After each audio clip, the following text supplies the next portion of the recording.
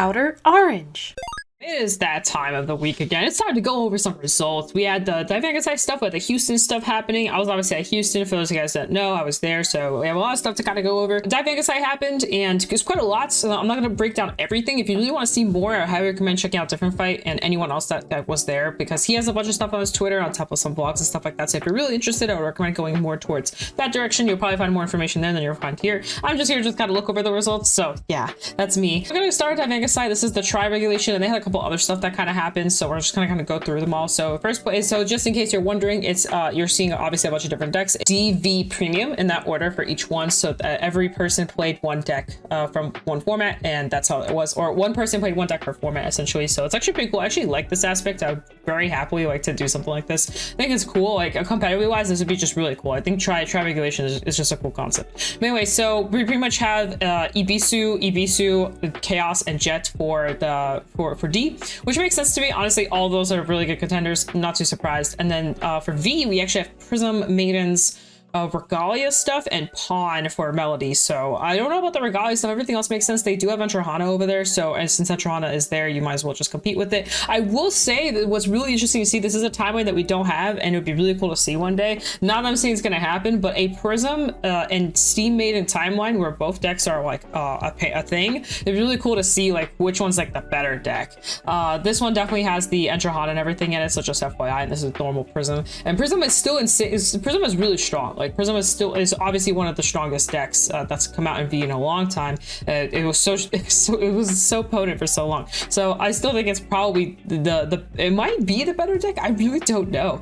These decks are just so close to being like insanely ridiculous that I don't even know which one is better. But obviously in this situation, you know, Prism won. But you know, it also depends on what the game states were like, right? So I don't know. I guess it's best of one. I assume it's best of one. Anyway, and then we had Gurgit, which I had some interesting stuff about that. I think that's an interesting one to think about. So we have Gurgit, Katrina, Spike Brothers with our Nova stuff, and then we have Regalia Genesis for that, and Minerva. So that makes sense. Honestly, Gurgit is pretty annoying sometimes, and some new stuff's been coming out for D and stuff like that actually makes Gurgit and Golds just kind of back, and not like, I don't know if it's like tier 1 back, but it's good.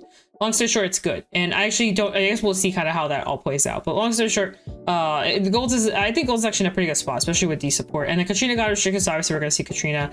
Spikes has been doing Spike stuff. It's still a good deck to take, or especially if they green on stuff like that. And then Regalia has always been like a decent deck. It's never been bad. So that all makes sense to me. So overall, that's the try regulation result. Let's go ahead and check out some of the other stuff, because there is a lot more to look at. So here we have regular VANGUARD. This was block B and block A. Just we have a lot of Gandiva. Looks like Hexorb is doing really well. Jet, Zorga, Ava, Ballista, so on and so forth. There's a bunch of extras. Ava did kind of fall off a little bit. I know some people are saying like Ava's still like really strong, blah, blah. I think in English meta, it's gonna be strong for a while. I think once we start getting all this, it'll probably start lowering. So we'll probably see a lot of changes. So this is block A. Let me go back to block B. Block B, Ava like really sunk down here. There's only one that made it through, but this is top 16. I assume it shrinks a little bit more. I've been hearing that Ballista is actually starting to kind of come up a little bit more, and I'm actually still seeing Flagberg on here, which is kind of cool. But overall, it seems pretty diverse for top 16. This is, however, I believe this is a team format event, so since it's team based, we're obviously going to see a little bit more different stuff. So, but still just really cool to see. Abisu's still really strong, Jet's still really strong, Gandiva is still really strong. Obviously there's still very apparent decks. Zorga has been showing more results because Zorga is with the mask, so it's doing pretty well. But here's the top 4 finals. So for block A, and we'll go over to block B. So block A, it's Overlord, Hexaorb, Jet.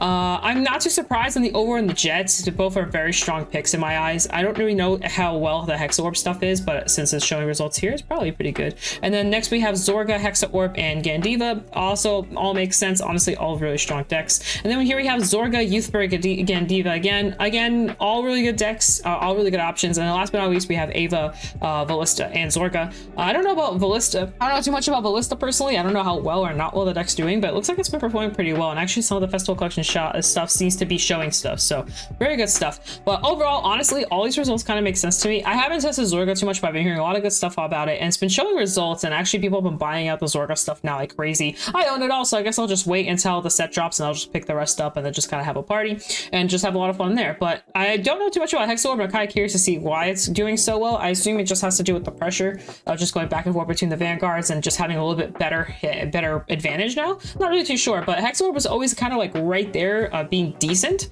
and maybe this was just the breaking point. Hard to say. so one thing I like about decks like this is that they kind of turn on like the minute you ride 3. I've always liked decks that kind of turn on instantly versus having to wait an extra turn, sort of like grade 4 decks or Bruce.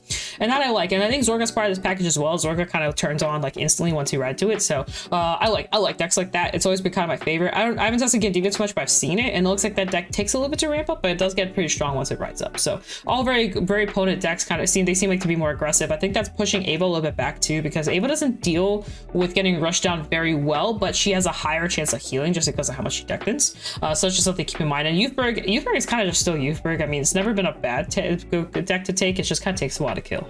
So that's block A, and then block B looks like this. I just realized the other one didn't have that many Ibisus. This one's Gandiva, Ava, Ibisu, and then we have Gandiva, Zorga, Jet for second place, and then we have Gandiva, the Blau deck. I don't remember what the Blau deck's name is, the one that restands the Vanguard if it hits or Persona rides. And then I believe that's Master Jeweled, and then we have Jet, Gandiva, Zorga. Honestly, all are pretty good. I think the Jeweled one might be a little off, along with the restanding one, but everything else, aside from that, everything else seems pretty spot on. Like this looks like what you would expect meta to look like in a couple months, right? Next, so that's Vanga side. Now we're going over to Houston. I had a pretty wild time during Houston. A lot of stuff happened. I'm not gonna lie. It just was not the weekend to top, but that's all right. It's nice to see everyone else top regardless. So for D, we had first, second, third, and fourth here. Honestly, all the results here make sense to me. So I like what I'm seeing. So we have Minerva, Flagberg, and Jet. A lot of people I think are a little sleepy on Flagberg still. Flagberg hasn't changed too much, but it's not a bad deck to take. Not that I'm saying like you should just be taking it. I don't think it's nearly as meta as it was, and I had no idea how well this Flagberg player did. But they got first place, you know, so props to them. Glad they made it through. I think the Jet and Minerva decks are also very strong. I honestly think all three choices are good here. I don't see anything wrong with this. I am like a big Flagberg simp. However, I will admit to the fact that I think Flagberg is nowhere near as powerful now as it was a couple months back. I think the meta has shifted enough to where Flagberg is a little bit weaker, but still, it's still a good pick. You can still lay it, and you'll probably still find success. I just think it's a little slower. I did check out the list. The list goes towards the more towards the original ride line. They're pretty much just running a very streamlined list. If you guys really do want to see it. The list is very streamlined. It's pretty much just everything that's Flagberg related in a list. As you can see, it's pretty streamlined. It just runs everything that's Flagberg super related. They just have the 4 copies of inlet, 4 of this, a counter charger. They're running 1 of her, 1 of this. They're running the new Flagberg card that pretty much just lets you just get extra power. It's a discarded card, which is kind of awkward. And then they're running the 4 draws, the chalice, order, so by condensation, and they're running the regular ride line. So they're going for like the regular approach. And since it's regular approach, you really don't need that many orders. They only have 3 in here. They're just kind of like an extra backup order. Obviously the blitz order, and then this, and then just 4 her, and then just this pops out on its own. So they just have like a very normal list, which I think is the current meta. Actually, this is fine. There's not that much like early retire and stuff like that, so you don't lose this Ascendance Assault that quickly, or the Interceptor guy. So overall good. I mean, you could always, you always were able to run like the regular stuff and not worry about it too much. Since this deck doesn't run as many soul heavy cards like this card right here, they can actually use up the soul pretty well. So I overall think the list is well thought out and for the regular no Zorgo ride line type of playstyle. The place got was Ava, Roroa with Youthberg. Pretty also makes sense to me. And also people kind of question the Roroa pick. Roroa is actually pretty good into just pushing aggro early. Like it goes after Jet pretty well. I don't know about the other decks as much, but it's supposed to like go into Jet extremely well. So that's that. And then next we have Ava, Jet, and Gandiva. I mean, not Gandiva, oh my god. Overlord also, this all makes sense to me. This is, I think, like almost a perfect team lineup right here. You can't go wrong with this in my eyes. I think all 3 of these are just really good, so that just makes sense to me. And then last but not least, we have Jet, Leticia, and Ava. This also makes sense to me because Leticia is just different Overlord in my eyes. These honestly make a lot of sense to me. Like in terms of if you want to compete, like, and you don't want to think too hard, I think either option right here is just perfect. I don't think you need to do too much. Just play these and you're fine. So we have V Premium. Now this was where things got interesting. I'm not gonna lie, I was not expecting to see Steam Maidens in first place. I'm gonna be real. Actually, this entire first place is pretty wild to me. Yasui without the promo, because I did look at the list earlier. Rose kind of makes sense. Rose is kind of like a good, is like a good pick to take. It's kind of funny. I actually didn't see any Steam mains that day. It might have just been honestly these 2 players that took Steam mains because I didn't see it at all. But anyway, overall, this is, so I talked about this before, but pretty much this is Steam mains the old way, but with a touch of Gear Cat. So back in the day, like when Steam mains dropped, you could have just played Renovate and kind of just play like other binding cards and just kind of call it a day. Yeah, and you just have to super high roll into pretty much your win con.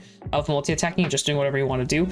You just have to hit faster because you don't have Entrahana, essentially, because back then Entrahana was a thing, so you'd have to hit faster into your grades, like just as fast as possible, and just hope that you find it all. And Entrahana like fixed the problem of like sitting there and not finding your grades. And so that's why Entrahana made the deck like so much more like aggressive. But seeing it here, and I guarantee you this has probably the this probably has the renovate package in it, and probably like Lost Break or something. But my locals actually was playing Steam mains before it was like a thing. So yeah, they're pretty much they're running Lost Break. So here's the Lost Break. They're running the Renovate. They're running Karunta in here because you actually have more Counterblast and Soul that you can use since you're not using Entrahana anymore. So you can kind of go that way. A little bit Naboo Touch, and then everything else is pretty Steam-wise. So they're just running the old list, but with Gear Cat in it. So that's essentially what it is. And surprisingly enough, I am surprised to see that it is performing. I will say this is surprising to me. I guess it was probably the Gear Cat still carrying it through, or still carrying some of the engine through, because you lost this slot, which was a Steam Maiden essentially, along with like one of these cards.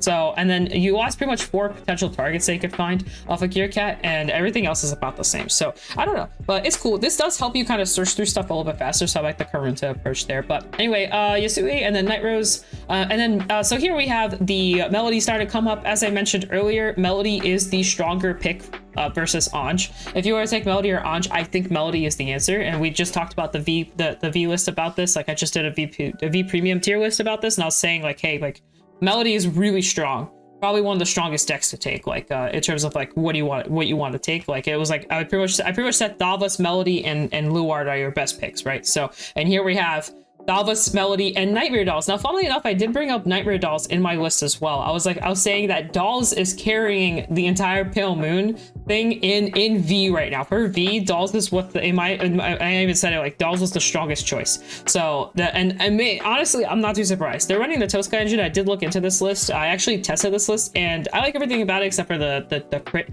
versus the draw PG. I know why they're running it, because you deck them so much, you'll hit the crits more. But I actually just like the draw just for extra security into the longer games.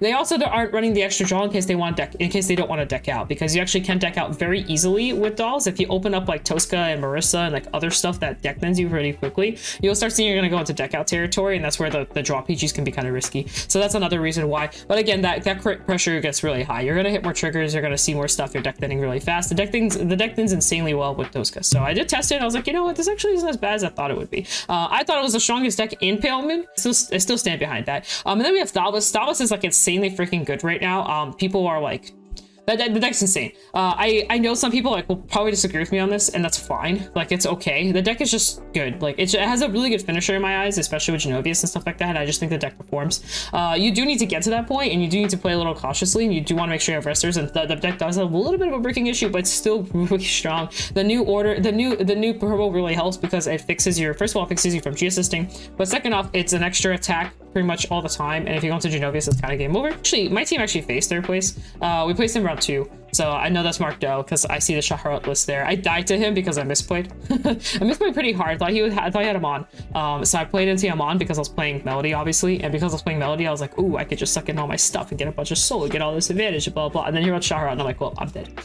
He went first, and he just wrote up, had his soul condition, just went slap slap slap, and I died. Probably could have just denied him to counterblast, or like one counterblast, probably could have saved myself some trouble, but I was trying to rush him so that I could kill him, because I thought it was gonna be like Amon into Shaharat, and that's usually a little bit of a slower play, but sometimes you just don't have a choice. But overall, still really good. So they're pretty much running a pretty streamlined engine here. The only difference is they're not running Thalvas, they just chose DI instead. DI is also a really good contender, so no problems there. And last but not least, we have Anj, Steam Mains, and Luard. That's really interesting to see. Anj, like I said before, it's not terrible. Like, it's actually not a terrible choice at all. Back in the day when I was saying it was one of the best decks to take, that was before the unrestriction of Meep, of course. With Meep getting unrestricted, Melody is definitely the better choice. However, Anj is still really consistent. Anj is still very like safe to take. It's a safe pick. It may be a little bit slower, but it's a safe pick if you want to keep consistency over like high roll, and that's perfectly fine too. If that's what you want, that's fine. Like, I understand. Like, personally, like while I was playing Melody during the weekend, which actually I did pretty well, we just had an issue where we didn't really have a third teammate. That's a long story. I'm not going to get into it in video. Long story short, it was a 2v3 most of the day. So we were fighting out a 2v3. We finished 12th, and I say finishing 12th a 2v3 with Melody and Thalvas is actually pretty insane if you ask me. But anyway, regardless, so there were a couple moments where I was like, God, I wish I took Anj today, just because of the sheer value of shield, but still, like, I feel just Melody is slightly better. But I totally understand why someone would want to take Andra and Melody, if that makes sense, because both decks are pretty good. One's just slightly better for just kill potential, and that's really it. So for kill potential, one is just slightly stronger. That's basically it. And then I don't really talk about Luard too much, but Luard is still just a good deck to take when it high rolls like crazy. It's kind of game over. My third teammate actually had Luard, but because some stuff happened to him that are personal, he wasn't able to play. So so we had some funky stuff happen. It's been crazy. It was a crazy weekend. I don't know how else to explain that. It was a crazy Houston weekend. But anyway, well, overall, these lists make sense to me. I will say the weirdest one is definitely the first place one. Everything else was pretty spot on. I mentioned in my tier list as well that DI is actually a pretty good choice, and I don't think it's the best choice, but I think it's a good choice. And I think it'll top, and it was part of the it'll top category and top. So that's that. But overall, honestly, everything makes sense to me. The Maidens is a little weird, but hey, I'm not gonna judge it. And last match we have Premium. Now Premium I have not been testing into at all. This is with the ban list in mind, but I did have some general idea of what it's gonna look like. So first place we have Kingslayer cards. I know exactly who these people are. Just even looking at their list, I know who exactly these people are. But overall, congratulations to them they've been wanting to get this top for a while. So they finally did it. So they got the Jewel Knights package, and then they got the Deleters and the Maidens. So this is with the ban list in mind. But keep in mind, even with the ban list in mind, I think Maidens is still really good. Same with Highlander. I think Highlander's still really strong. So obviously, honestly, that makes sense to me. Second place we have Seekers, and then this is Thavas, Katrina, and Dolls. Honestly, all really good picks, all really good options. Katrina's back now, like with the unrestriction deck's good, so you might as well compete with it. Third place we have the Maidens, Dolls, and Highlander approach. All honestly this is all ride down decks actually. This was originally the team lineup I was going to take with my team when we were competing, and then we kept changing our stuff, and the biggest issue was that our third person didn't know Highlander as well as I knew Highlander, and they didn't want to play Dolls, so we actually ended up changing some stuff around, and I ended up taking Dolls, and then they ended up taking Thavas, and then we had a third person who was like 100% set on Maidens. But funnily enough, the Born for Greatness thing, whoever this person is, actually I think this one's a little off. I think there was a change in name. Yeah, there was a slight correction in name. I think there's actually multiple corrections. Let me see here. Nope, that was the last correction. But anyway, so the third place team was the exact team we were going to take before ban list for BSF. So here it is again, it's still a thing. Dolls is still strong, so no surprises there overall. So overall, just a really good list. And last match we have Grand Blue with Narukami something and Link Joker. Also not surprised. Honestly, all of these decks, I think we touched up maybe Jewel Knights, all makes sense to me. It just there's the correction. It was Chaos. It was Link Joker, not Deleter. I just realized what the correction was. But anyway, for first place. But overall, honestly, all these lists make sense. All this makes sense to me, except maybe the Jewel Knights. I know who it is, like, so I know who's playing it. But Jewel Knights can pop off like really crazy. But sometimes you just have a tough time, especially into decks like Highlander.